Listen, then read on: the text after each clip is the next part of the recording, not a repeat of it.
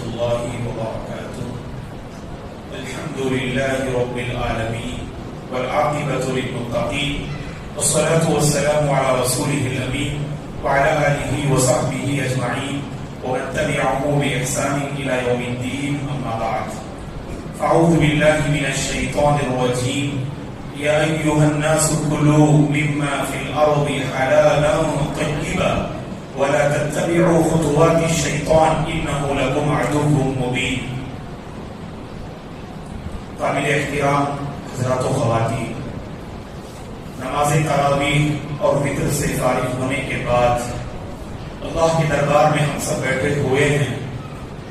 رسول اللہ صلی اللہ علیہ وسلم کا یہ وعدہ ہے کہ رمضان کی ہر رات اللہ تبارک و تعالی بہت سارے بندوں کو جہنم سے آزادی کا فیصلہ فرماتے ہیں. اللہ سے ہماری دعا ہے کہ پروردگار ہم سب کو نار جہنم سے بچائے اور جنت الفردوس میں اللہ تبارک و تعالی ہم سب کو داخل فرمائے. آمین. انشاءاللہ آج کے اس درس میں سورہ بقرہ کی روشنی میں 4 باتیں آپ حضرات و خواتین کی خدمت میں. سب سے پہلی بات یہ ہے کہ اسلام ایک پاکیزہ دین ہے. جس شریعت پر میرے اور آپ کا ایمان ہے یہ پاکیزہ شریعت ہے. اس کی ہر تعلیم میں پاکیزگی نظر آتی ہے.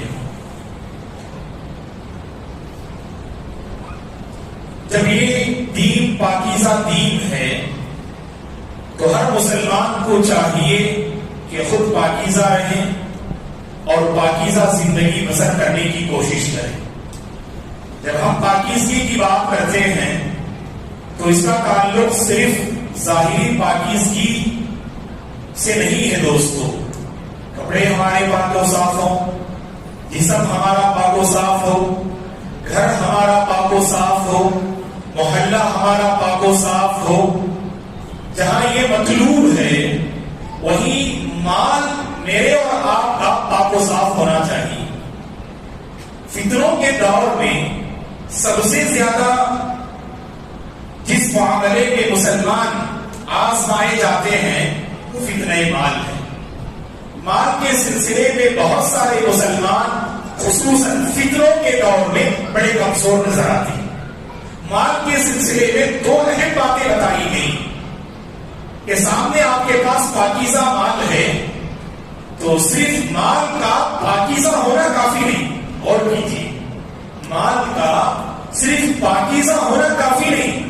آپ جس راستے کو اختیار کریں یا جو طریقہ آپ اختیار کریں وہ بھی پاکیزہ ہونا چاہیے. بعض اللہ کے بندے کہتے ہیں مولانا ہم تو بالکل پاک مال کھا رہے ہیں. کھا تو پاک مال آپ پاک مال کھا تو رہے ہیں لیکن جو طریقہ آپ نے اختیار کیا نا، جو ہیلا آپ نے اختیار کیا وہ ہیلا اور طریقہ پاک نہیں ہے. تو شریعت کی یہ تعلیم ہے کہ جہاں آپ پاک مال اختیار کریں گے تو وہیں پر پاکیزہ راستہ بھی اختیار کرنا چاہیے. اللہ نے قرآن میں کہا کہ آیت کریمہ کی ہم نے ابتدا میں تلاوت کی، یا ایھا الناس کلوا مما فی الارض حلالا طیبا. اے لوگوں، اس زمین میں اللہ کی بہت ساری نعمتیں ہیں، ان نعمتوں کو اختیار کرو. اللہ نے ہمارے لیے بنائی ہے. خطبہ جمعہ میں ہم نے کہا اس پوری تخلیق جو اللہ تعالیٰ کی نظر آتی ہے مختلف نعمتوں کی شکل میں اللہ نے انسانی مخلوق کے لیے بنائی ہے. زمین میں چلو پھرو اور اللہ کی نعمتوں کو کھاؤ لیکن حلالا طیبا. ایک شرط ہے بس، پاکیزہ راستہ اختیار کرو اور پاکیزہ مال کھاؤ. ہو سکتا ہے کہ آپ نے پاکیزہ راستہ اختیار کیا اور مال بھی بڑا پاکیزہ ہے لیکن یاد رکھنا کہ حرام کا کوئی شائبہ آپ کے مال میں نہیں آنا چاہیے. اور اللہ کے نبی نے کیا فرمایا صلی اللہ علیہ وسلم نے؟ سبحان اللہ، یہ دین ایسا پاکیزہ دین ہے اور مبارک دین ہے. اللہ کے نبی نے ہر راستے کی وضاحت کر دی، یہ حلال ہے اور یہ حرام ہے. اور آپ نے یہاں تک فرمایا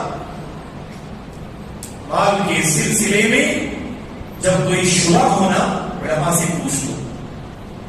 جب بھی کوئی شبہ ہو، ڈاؤٹ ہو، علماء سے پوچھیے، اور جہاں پر بھی شبہ ہو، ڈاؤٹ ہو، وہاں پر تقوی کا راستہ اختیار کرنا چاہیے، احتیاط والا راستہ اختیار کرنا چاہیے۔ وَمَنِ اتَّقَى الشُّبُهَاتِ فَقَدِ اسْتَبْرَأَ لِدِينِهِ وَعِرْضِهِ۔ اگر دین کو بچانا چاہتے ہیں، ایمان کو بچانا چاہتے ہیں، عزت و آبرو کو بچانا چاہتے ہیں، تو مال کے سلسلے میں اللہ کا تقوی اختیار کرنا چاہیے۔ دوستو، اللہ پاک ہے، پاک چیزوں کو پسند کرتا ہے، خود بھی پاکیزگی اختیار کرے، اور جب اللہ کے راستے میں دینا، پاکیزہ مال دیجیے۔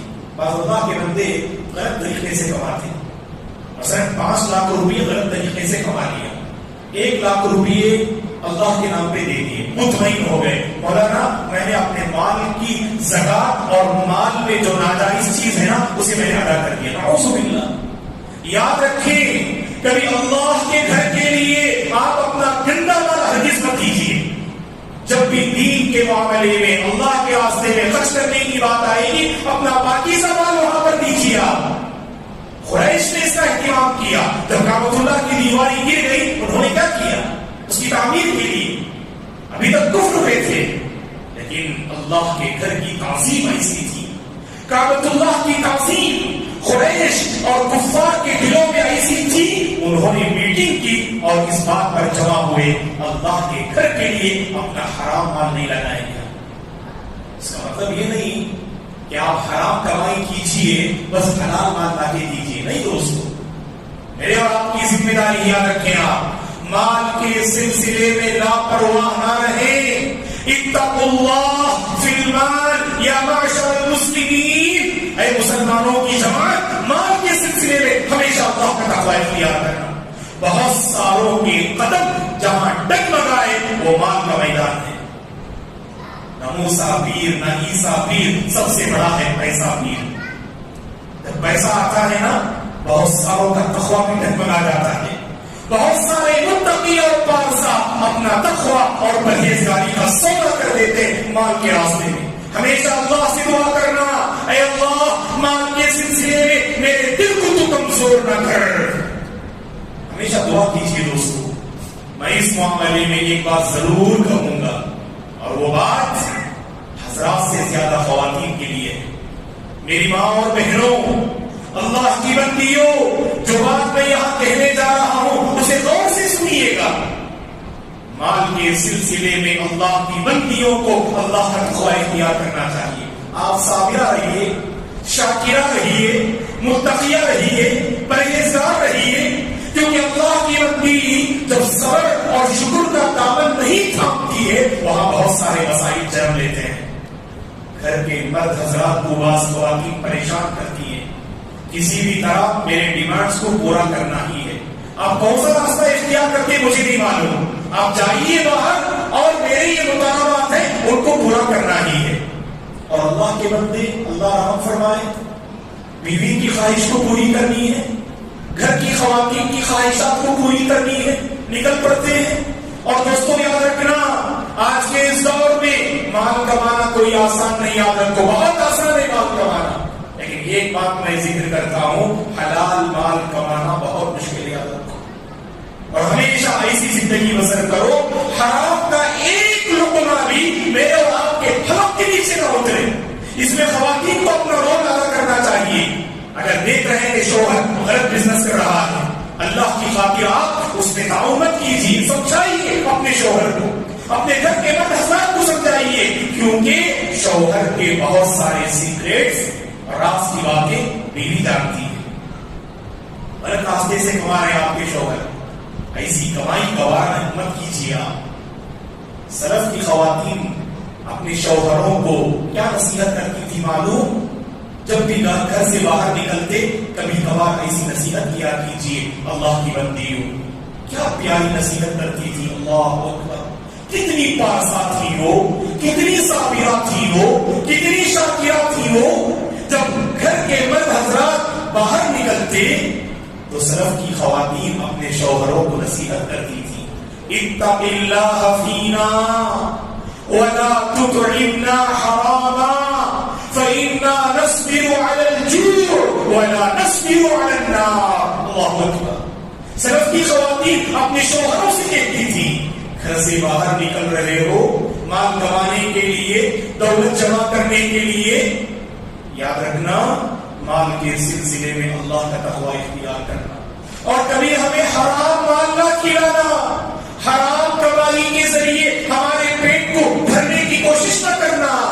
ہمیں بھوک گوارا ہے، بھوک و پیاس میں رہنا ہمیں گوارا ہے، اور آگ کو ہم برداشت نہیں کر سکتے، جہنم کی آگ کو برداشت نہیں کر سکتے ہیں۔ یہ پیٹ بھوک اور پیاس میں رہے یہ گوارا ہے، اور اللہ کی خاطر ہمارے پیٹ کو آگ سے نہ بھر دینا۔ ایسی نصیحت کیا کرتے تھے دوستو، اس لیے اللہ کی بندیوں سے میں خصوصاً یہ اپیل کرتا ہوں کہ آپ مال کے سلسلے میں اللہ کا تقوی اختیار، کبھی کچھ تنگی آتی ہے، مصیبت آتی ہے، اللہ کی بندیوں صبر کیجیے۔ پہلے آپ کے شوہر کی کمائی میں بڑی برکت تھی، ہم دعا کرتے ہیں اللہ سبوں کی کمائی میں برکت دے، سبوں کو اللہ تبارک و تعالی حرام راستے سے محفوظ رکھے۔ جتنی کمائی آپ کی ہے اللہ اس میں برکت دے، اللہ اس میں خیر و برکت کے فیصلے فرمائے۔ کبھی زندگی میں اونچ نیچ ہوتی ہے، اللہ کی بندی ہو، پہلے بڑی آسانی سے زندگی بسر کر رہی تھی، لیکن دیکھا کہ شوہر پریشان ہیں، کچھ کمائی کے معاملے کو لے کر پریشان ہیں، آپ مضبوط سپورٹ کیجیے اپنے شوہر کا، اپنے گھر کے اخراجات کو کچھ کم کیجیے، کفایت شعار بنیے، قناعت پسند رہیے آپ، تو یہی اللہ کی وہ بندی ہوتی ہے جو بڑی صابرہ ہوتی ہے، جو بڑی شاکرہ ہوتی ہے۔ صبر اور شکر، اللہ اکبر، یہ دو ایسی عبادتیں ہیں اگر مرد و خواتین نے اسے اختیار کر لیا تو مال کے میدان میں کوئی ہمارے قدم کو ٹکرا نہیں سکتا، یاد رکھیے۔ اور اللہ سے مانگنا ضرور، اللہ سے یہ ضرور مانگنا، اے اللہ جو بھی تو مجھے روزی دے حلال روزی عطا فرمائے پروردگار۔ اور میں خاص کر نوجوانوں سے گزارش کروں گا، ہم جانتے ہیں آج ایسے مختلف سائٹس ہیں نا، اللہ رحم فرمائے، آپ اگر موبائل میں داخل ہوں گے، سسٹم میں داخل ہوں گے، آپ 100 روپے انویسٹ کیجئے، آپ کچھ سیکنڈوں میں، لمحات میں آپ کے وہ 100 روپے 1000 روپے بن جائیں گے، 1000 روپے دیجئے 5000 روپے بن جائیں گے۔ آپ کو معلوم ہے پیسہ کہاں سے آنا نہیں معلوم آپ کو، آپ جانتے ہیں کہ وہ ناجائز راستے ہیں، وہ ناجائز طریقے ہیں، لیکن ہمارے بہت سارے نوجوان صرف اپنا بینک بیلنس بڑھانا چاہتے ہیں دوستوں، اور اپنی آخرت کو تباہ و برباد کر رہے ہیں۔ پیسے کسی بھی طرح ختم ہو جائیں گے دوستوں، اپنے ایمان کو ختم ہونے مت دیجیے، اپنے تقوی کو ختم ہونے مت دیجیے گا۔ یہ پہلی بات ہے جو اس آیت کی روشنی میں ہم نے آپ کی خدمت میں وہ بات رکھی۔ دوسری بات غور سے سنیے، یہ بھی بہت اہم ہے، خصوصاً نوجوانان اسلام کے لیے اس آیت میں بہت اہم پیغام ہے۔ اللہ نے قرآن میں کہا سورہ بقرہ میں وَأَنفِقُوا فِي سَبِيلِ اللَّهِ وَلَا تُلْقُوا بِأَيْدِيكُمْ إِلَى التَّهْلُكَةِ، اے اللہ کے بندو اللہ کی راہ میں خرچ کرو اور اپنے آپ کو ہلاکت کے حوالے مت کرو۔ یہ آیت نازل ہوئی انفاق کے چیپٹر میں۔ بعض انصاری صحابہ نے یہ سوچا اسلامی فتوحات ماشاءاللہ سلسلہ بڑھ رہا ہے، ماشاءاللہ مسلمان مختلف علاقوں کو فتح کرتے چلے جا رہے ہیں، اب ہمیں جہاد کرنے کی کیا ضرورت، چلو اپنی تجارت کو بہتر بناتے ہیں، اپنے مال کو بہتر بناتے ہیں، مالی حالت کو بہتر بناتے ہیں۔ اللہ نے آیت نازل فرمائی وَلَا تُلْقُوا بِأَيْدِيكُمْ إِلَى التَّهْلُكَةِ، بڑی عظیم جو ہے نصیحت ہے دوستو، اس میں اپنے آپ کو کبھی ہلاکت کے حوالے نہیں کرنا۔ کتنا پیارا دین ہے دوستو جو ہماری صرف آخرت نہیں اپنی ہماری دنیا کی بہتر دیکھنا چاہتا ہے۔ ایسا کوئی راستہ اختیار نہ کریں جس راستے پہ چل کر صرف آپ کی آخرت نہیں آپ کی دنیا بھی بگڑ جائے۔ شریعت اس کو برداشت نہیں کرتی ہے۔ مثلا شراب، گٹکا، منشیات، نشہ والی چیزیں، نوجوانوں نشہ والی چیزوں میں اللہ کا تقوی اختیار کرو، یہ آپ کی صحت کے لیے بربادی ہے، آپ کے مستقبل کے لیے تباہی ہے۔ آپ صحیح سالم رہیں اپنے بچوں کے لیے، آپ کی نسل کے لیے آپ صحیح سالم رہیں، آپ کی بیوی بچوں کے لیے آپ سلامت رہیں۔ آپ غلط راستہ اختیار کر کے اپنے آپ کو ہلاکت کے حوالے مت کیجیے۔ کتنے ایسے نوجوان ہیں اللہ رحم فرمائے دیر رات تک جاگتے ہیں، غلط صحبت ہے، اور اللہ رحم فرمائے کتنی غلط عادتیں ہیں۔ اپنے منہ کی حفاظت کیجیے، زبان کی حفاظت کیجیے، اللہ کی خاطر کبھی زبان میں ہمارا ایسا نہیں ہونا چاہیے جو اللہ کو ناراض کرنے والا ہو، جو ہماری صحت کے لیے جو ہے تباہی کا سبب بن جائے. جانتے بوجھتے کتنے نوجوان ہیں جو غلط راستے میں لگے ہیں. نشہ ایسا، لت ایسی، کبھی برائی کی لت نہیں ہونی چاہیے، بلکہ بیڑی سگریٹ بھی اللہ رحم فرمائے اس آیت کی روشنی میں ہم کہیں گے غلط ہے. آپ بیڑی سگریٹ اختیار مت کیجیے، رمضان کا موسم ہے، یہ تربیت کا مہینہ ہے. اگر آپ کو پہلے سے عادت تھی نا، عادت سے لوگ کہتے ہیں کہ ہم مجبور ہیں مولانا، ہم 20 سال سے پی رہے ہیں، 30 سال سے پی رہے ہیں. یہ رمضان ٹرننگ پوائنٹ ہوگا نا آپ کے لیے. صبح سے شام تک تو رہتے ہیں آپ بچ کر، ماشاء اللہ 14 گھنٹے آپ بچ کر رہتے ہیں، بقیہ گھنٹوں بھی بچ کر رہیے. اپنے بیوی بچوں پہ رحم کیجیے، آپ اپنے بیوی بچوں پہ رحم کیجیے. میں تو کہتا ہوں وہ لوگ اپنے بیوی بچوں کے حق میں بڑے ظالم ہیں جو ایسی چیزیں اختیار کرتے ہیں، جانتے بوجھتے بہت جلد اپنے آپ کو ہلاکت کے حوالے کر. پھر کون میرے بھائی پریشان رہتے؟ آپ کی امی نہ روتی ہیں، آپ کی بیوی نہ بلکتی ہے، ترستی ہے، آپ کے بچے نہ پریشان ہوتے ہیں، ابو کی جو ہے فلاں بیماری، اور جانتے ڈاکٹرز کہتے ہیں نوجوانی میں انہوں نے جو غلطی کی نا اس کا خمیازہ اور سزا اب بھگت رہے ہیں. اسی لیے دوستو اللہ کا تقوی اختیار کر، ایسی کوئی چیز اختیار مت کیجیے جانتے ہیں کہ آپ کی صحت کے لیے بربادی ہے. شوگر پیشنٹ ہے، معلوم کہ آپ کو کتنی مقدار استعمال کرنی چاہیے، شکر حد سے زیادہ استعمال کر رہے. گھر میں ہو تو بہت سارے آپ پابند رہتے، باہر آئے تو پابندی نہیں دوستو. اپنی صحت کا ہمیں خیال رکھنا ہے. جب صحت ہماری اچھی رہے گی نا، اللہ کی بندگی ہم صحیح طور پہ کر سکتے ہیں. اللہ سے ہمیشہ صحت مانگیے، اللہ ہم سب کو صحت و عافیت کے ساتھ رکھے. ہر بیماری سے اللہ ہم سب کی حفاظت فرمائے. اللہ تبارک و تعالی ہمیں ایسی زندگی عطا فرمائے کہ آخر تک ہم اللہ کی بندگی بجا لا سکیں. دوستو ہمیشہ اللہ سے دعا کرنا، ہمیشہ اللہ سے دعا کرنا. اور نوجوانوں سے میں خاص کر گزارش کروں گا، یہ رمضان اپنے لیے ٹرننگ پوائنٹ بنائیے. اب تک آپ کی غلط عادت تھی، اس آیت کی روشنی میں اللہ کا ایک پیغام ہے، اپنے آپ کو ہلاکت کے حوالے مت کرو.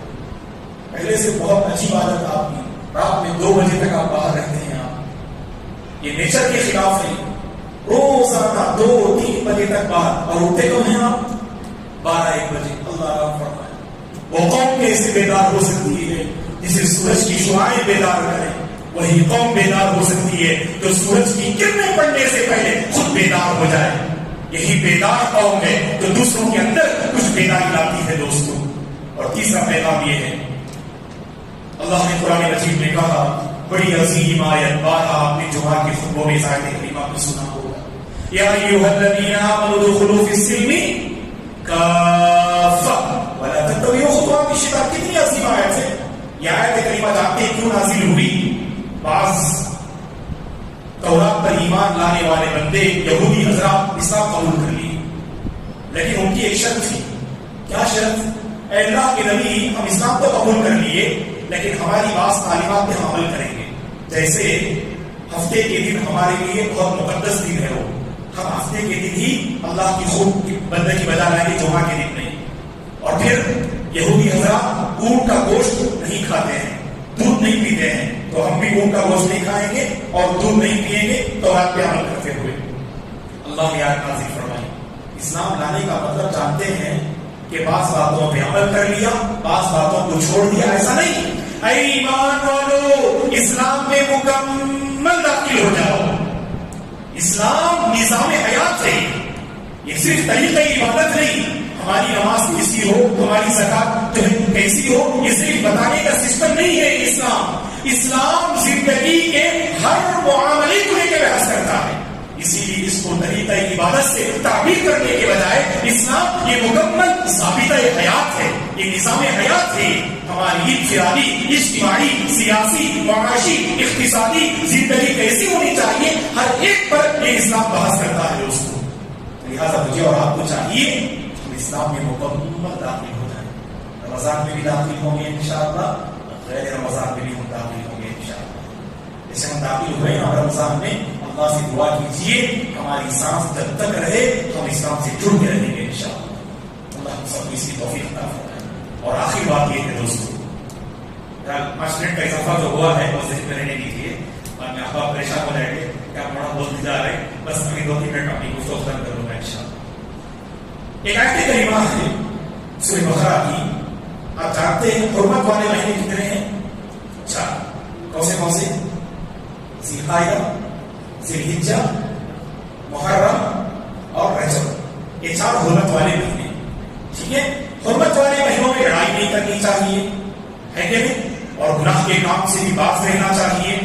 تو اللہ کے نبی صلی اللہ علیہ وسلم جب مدینہ پہنچے، مدینہ پہنچنے کے بعد آپ صلی اللہ علیہ وسلم نے ابتدائی دور میں چند صحابہ کو روانہ کیا بعض مشرکین کا مقابلہ کرنے کے لیے. اسے سریہ کہتے ہیں. سریہ اور غزوہ میں یہی فرق. سریہ کہتے ہیں اللہ کے نبی جس میں شہید نہ ہوئے ہوں، صحابہ کو تیار کر کے آپ نے لشکر روانہ کر دیا مدینے سے، اسے عربی میں سریہ ہوتے ہیں. اور غزوہ کسے بولتے؟ جنگ جس میں اللہ کے نبی صلی اللہ علیہ وسلم بذات خود آپ نے شرکت کی ہو. غزوہ بدر یہ پہلی جنگ ہے، اور آخری جنگ غزوہ تبوک ہے جو 9 ہجری میں لڑی گئی.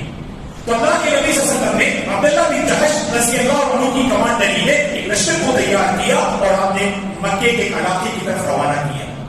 اور یہ لشکر آگے بڑھتا ہے، اور اس لشکر کا مقابلہ عمرو بن حضرمی نام ایک مشرک سے اس کا مقابلہ ہوتا ہے.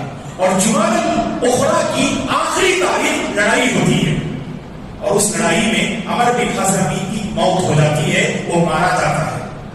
اور دراصل ہوا یہ، مسلمانوں نے سمجھا وہ جمادی الاخری کی آخری تاریخ ہے، حقیقت میں وہ رجب کی پہلی تاریخ تھی. اور رجب کون سا مہینہ ہے؟ حرمت والا مہینہ. اس کی لڑائی نہیں کر سکتے. ادھر مشرکین کو موقع مل گیا، انہوں نے مسلمانوں پہ اعتراض کیا، ارے مسلمان کیسے ہیں؟ آپ کو معلوم ہونا چاہیے زمانہ جاہلیت میں بھی حرمت والے مہینوں میں یہ مشرکین لڑائی نہیں کرتے تھے. اس کا احترام ان کے دلوں میں باقی تھا، اور فوراً مسلمانوں پہ اعتراض کرنا شروع کر لیے. حالانکہ مسلمان غلط فہمی بلکہ بھول ہو گئی، سمجھا کہ یہ جمادی الاخری کی آخری تاریخ ہے. حالانکہ رجب میں داخل ہو چکے تھے، انہیں مستعجل نہیں، گویا کہ لا علمی ہے، انہوں نے لڑائی اور قتال کیا. لیکن فوری طور پر مشرکین نے کہا مسلمان ایسے ہیں حرمت والے مہینے کا بھی پاس و لحاظ نہیں کرتے. اللہ نے قرآن میں آیت نازل فرمائی، یسألونک عن الشهر الحرام قتال فیہ قل قتال فیہ کبیر وصد عن سبیل اللہ وکفر بہ والمسجد الحرام. اللہ تعالیٰ فرماتے ہیں ارے مشرکین کو اعتراض ہے کہ حرمت والے مہینوں میں مسلمانوں نے لڑائی کر دی، حالانکہ وہ انجانے میں تھی. اس مشرکین کو معلوم ہونا چاہیے صرف حرمت والے مہینے میں لڑائی کرنا یہ گناہ نہیں، بلکہ اس سے بڑے بڑے گناہ یہ مشرکین کر رہے ہیں. اللہ کے راستے سے روک رہے ہیں، کعبۃ اللہ سے مسلمانوں کو روک رہے ہیں، اور مسلمانوں کو دین اسلام سے روک رہے ہیں. اور مسلمان جس دین پر ایمان لائے اس دین کا انکار کر رہے ہیں، اور مسلمانوں کو سرزمین مکہ سے انہوں نے باہر نکالا. یہ سب گناہ نہیں ہے کیا؟ یہ اس سے بڑے گناہ ہیں جو مشرکین جنہیں انجام دے رہے ہیں. تو اللہ تعالیٰ نے اس آیت میں مشرکین سے پوچھا تو پتہ کیا چلا دوستو کہ ہر گناہ سے ہمیں باز رہنا چاہیے، خصوصاً جب مقدس مقامات اور مقدس مہینے اور جب ایسے مبارک موسم آتے ہیں تو عام مہینوں کے مقابلے میں ان میں ہمیں زیادہ جو ہے اللہ کی بندگی کو بجا لانی چاہیے. عام موسم میں بھی گناہ سے باز رہیں، لیکن اس موسم میں گناہ سے زیادہ باز رہنا مطلوب ہے. اللہ سے ہماری دعا ہے اللہ تبارک و تعالیٰ ہم سب کو دین اسلام میں مکمل داخل ہونے اور دین اسلام کی ایک ایک تعلیم کو دل و جان سے اپنانے کی توفیق عطا فرمائے. اللہ ہم سب کو حلال روزی نصیب فرمائے، حرام روزی سے بچ کر زندگی بسر کرنے کی توفیق عطا فرمائے. ہماری صحت دنیا اور آخرت کو بگاڑنے والی ہر چیز سے بچ کر زندگی بسر کرنے کی توفیق عطا فرمائے. اللہ ہم سب کے مال میں برکت نصیب فرمائے، ہمارے گھریلو زندگی میں معاشرت کی زندگی میں اللہ برکت نصیب فرمائے. صحت و عافیت کے ساتھ رکھے. ہم میں سے جو بیمار ہیں پریشان حال ہیں اللہ انہیں شفاء عاجلہ کاملہ نصیب فرمائے، سکون والی زندگی نصیب فرمائے. آمین. اقول قولی هذا واستغفر الله لي ولكم ولسائر المسلمين من كل ذنب فاستغفروه انه هو الغفور الرحيم. سبحانك اللهم وبحمدك اشهد ان لا اله الا انت استغفرك واتوب اليك. السلام عليكم ورحمة الله.